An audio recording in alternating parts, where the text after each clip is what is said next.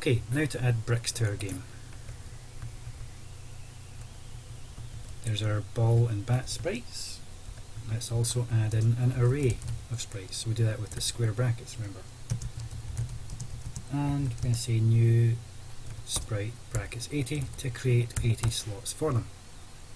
Now that initializes the array, but it does not populate it. There's space for 80 things, but there are not 80 sprites in it. They're all null at the moment. And we're going to have 80 textures in there, or at least 80 references to textures. It could all be the same texture, and that's exactly what I'm going to do. I'm going to make a texture 2D called default brick image to see if it's loading the same image in 80 times. So load content.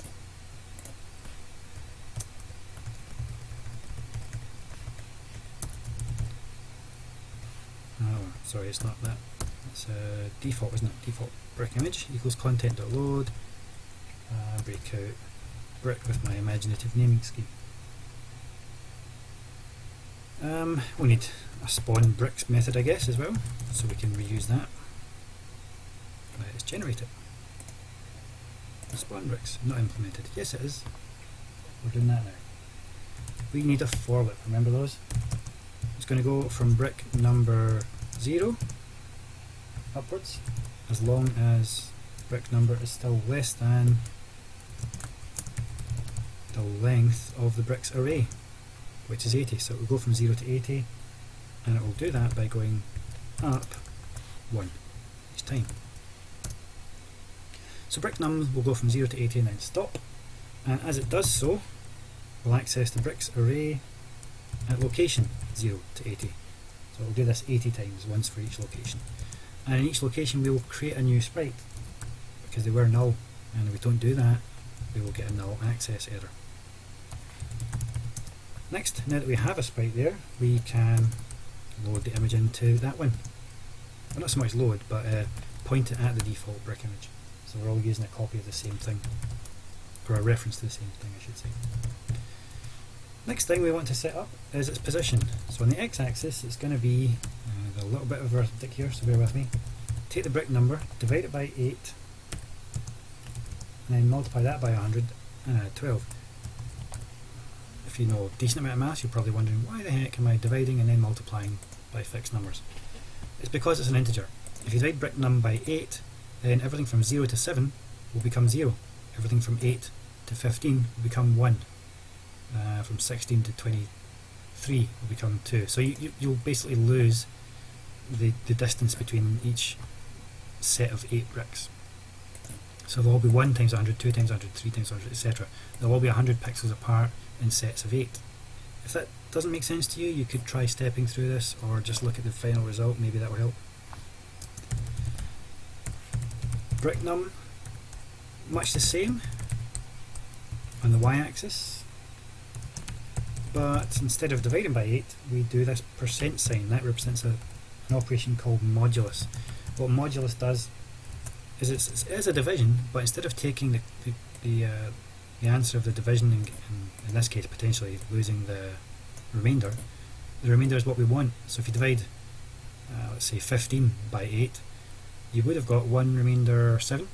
So in this case you'll just get the 7, you'll lose that 1. And that's positioning it so that from 0 to 7 we'll have the same number in here as from 8 to 15, and that's the same as from 16 to 23, and so on. So they'll line up on the y-axis alongside the previous row, basically. And finally, we'll tell it once to update its hitbox, just so that it has a hitbox. If we don't do that, it'll be empty. We could maybe make them spawn in different colours.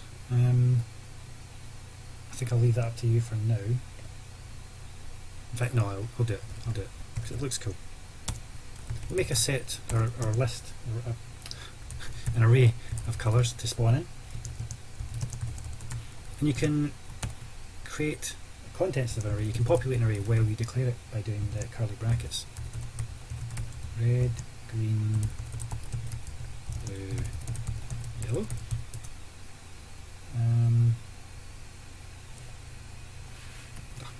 I think that's all we need, isn't it? 4 rows. And the colour, the tint,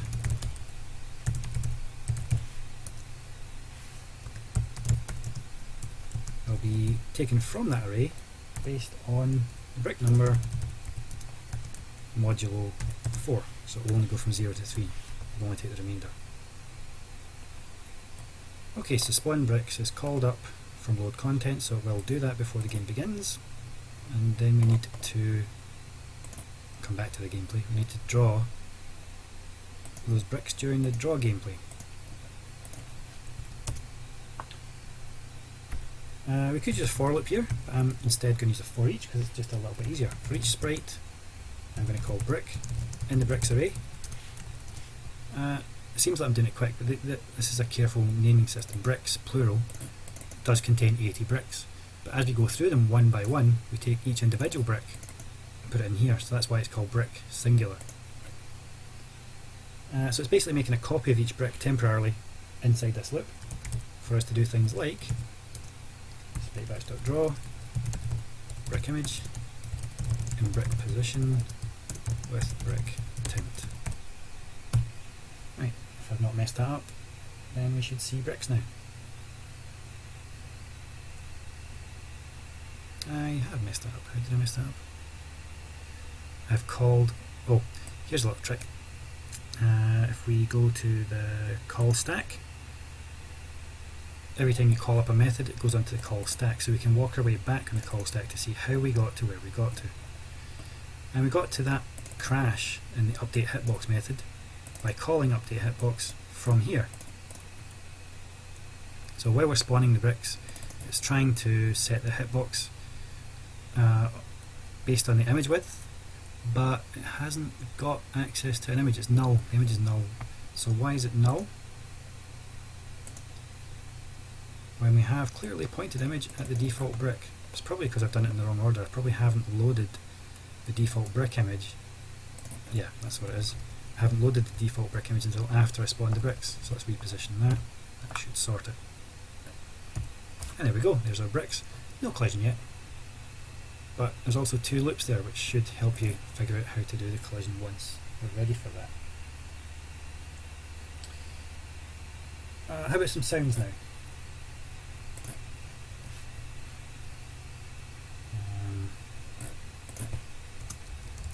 Sound effect. And we need to resolve that. So a sound effect for bounce sound 1, bounce sound 2, score point sound, lose life sound. That's all I can think of at the moment.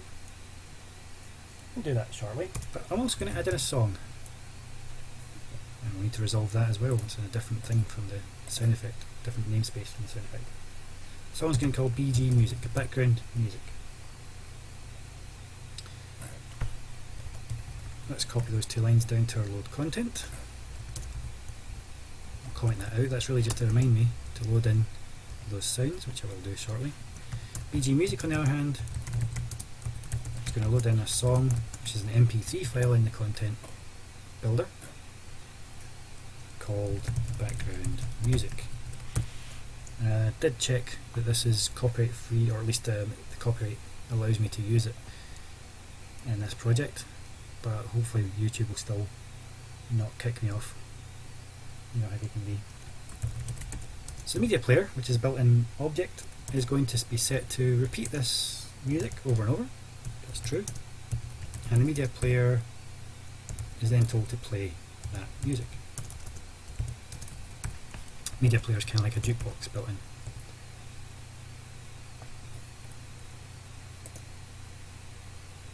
A little bit loud.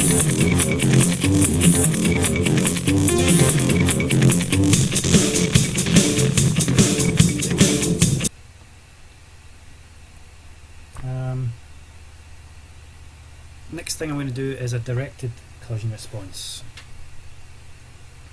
In a moment, the bounce off method is going to work fine for the bricks, but we want it to work differently when it hits the bat. Instead of bouncing off maintaining the same kind of angle, we're going to knock it away based on where you hit the bat from with the ball. It's kind of a gameplay element so that you can try and angle your shots to aim for the brick you want. There's a bit of skill involved, or a bit more skill involved. So we're going to use a little bit of geometry here. So we take the position, oops.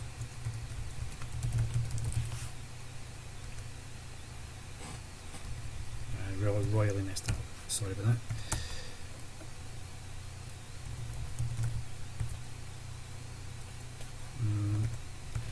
Put this in a do loop.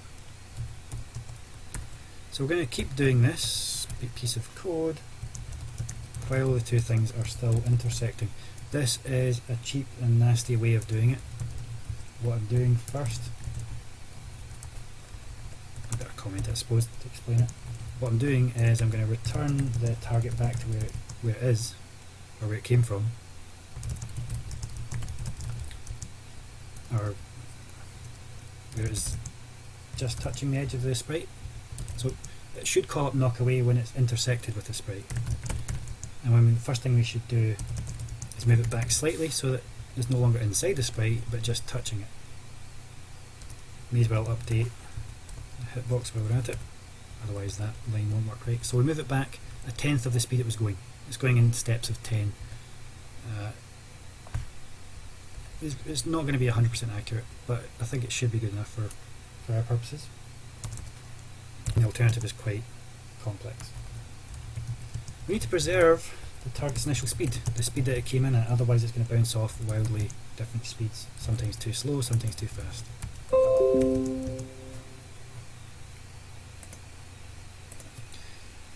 So we're going to have a floating point called initial speed, and we're going to get that from the direction. There's a length function built in. It's basically Pythagoras theorem.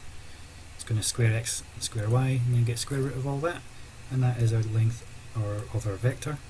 And if the vector represents a speed or a movement, then the length of the vector is its actual speed. Next we're going to find a vector which is going to direct the target sprite away from our sprite. So target direction on the x-axis is going to be worked out by taking the hitbox center and subtracting our hitbox center. I guess I better only do it on the y-axis actually, otherwise I'll get a vector 2 when I need just a float. Whoops, got my x's and y's mixed up, rookie mistake. So the x and y speeds are based on the difference between the x and y positions of the two sprites. So in other words, it's going to have an angle which is relative to the difference in position between the two things. Now next, you may not recognise this terminology, we're going to normalise that vector, which means shrink it down to a unit size, 1 in length. And once you've done that, we're going to send it on its way by preserving speed. So the target direction is normalised. We need to do that because when we just work out these x and y distances, they're going to be different depending on where the ball has hit the bat. So we normalise it so that all of those vectors are always size 1. But you don't want a speed of 1, so that's why we preserved the speed from earlier. We can multiply that vector by the speed it had coming in. So it's going to go back out at the same speed, but in a different direction. Phew, I hope we followed all that. I'll try and explain it a bit better during the recap at the end. Okay, but we're not actually using that yet. So where's that bounce off method? Or bounce off call, I should say. The ball bounces off the bat if the bat hits the ball. So instead we're going to say bat knock away ball. Let's run it.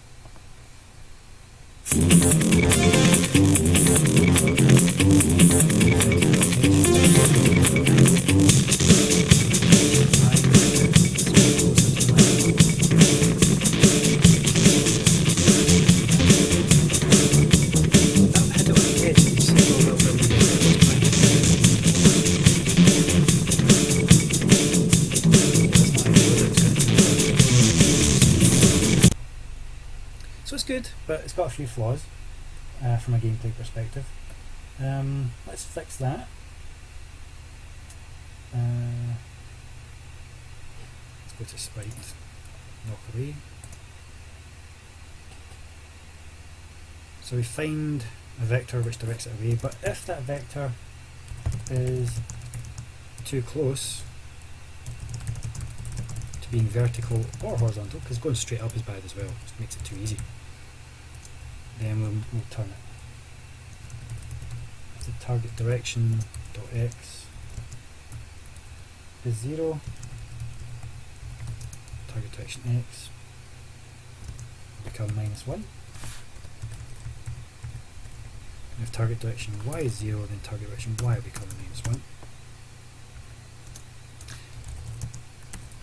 Now we're going to use the absolute function. We're going to get the absolute, which is the positive value of this whole thing here. Target direction x divided by target direction y. That's why I made them non-zero, so that we had no chance of doing a divide by 0, which would give us an exception. So we divide the x by the y, and if it's less than 0.1, that's a small angle, then target direction dot x is multiplied by 2. So it's going to incrementally double its x velocity as long as it's close to being vertical. Do a similar thing for horizontal. You guessed it, we do y divided by x in this case. So if the angle is too close to horizontal, then we take the y-axis and multiply that by 2 until it's no longer close to horizontal. Still need to leave the normalization and all that stuff in. Let's see if that's any better.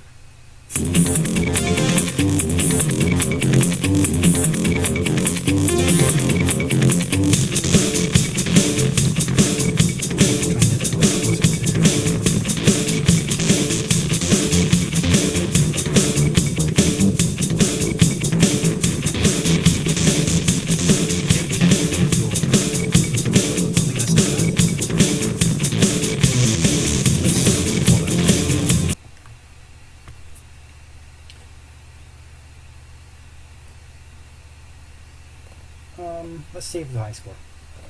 We don't have a score yet. Let's put it in. Oh, I'm in sprite class. Let's look at game 1. Integer for the score. And when lives go below 0, game over is true. And we'll also create a stream. Remember those? I think I went over them. I'm pretty sure I did. To save things in. Make a stream writer called output file. It's a new stream writer to save to highscore.txt. Now it doesn't like that because it can't access stream writer. Let's give it access by using that library. Then we say output file dot writeline score. So we save the score. Don't forget to close it. But we also need to load it, and I guess that probably happened in initialize. I hope you remember how that works. First check if file exists. highscore.txt. Would be a good idea to put that file name in a variable, I suppose, but not too much of a rush. And this is a stream reader called input file. It's a new stream reader highscore.txt. The score then, I guess this should really be high score, I'll do that a bit later though. It's going to be an integer 32 version of whatever it reads from disk. And again, don't forget to close that. And of course also draw the score.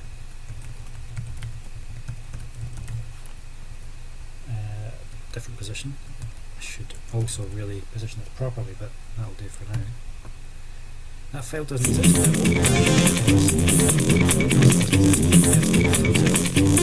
now.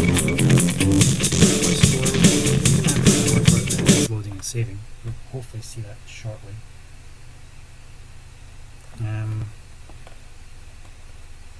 In fact, let's test it. Let's make the score equal to 20. And when we run it,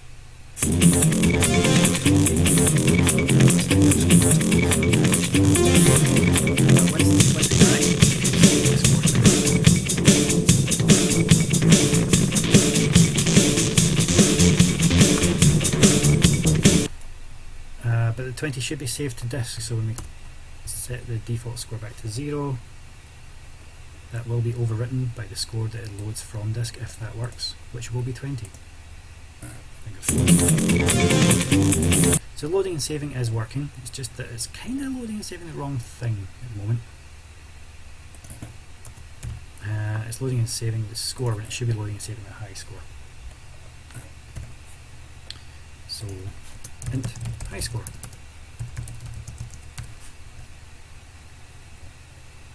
And we're loading into that instead. And when we save the high score instead.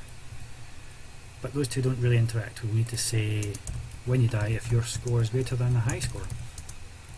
Then the new high score will be your score. It's not much use though if we don't draw the high score somewhere. You know what, I'm not going to draw it there, I'm going to draw it in the game over screen.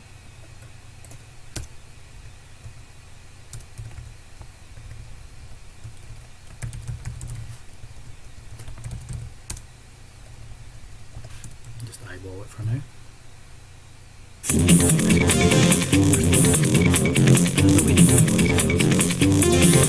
We'll live with that for now. Final thing is probably to add in that pause state, but I might leave that for the next video.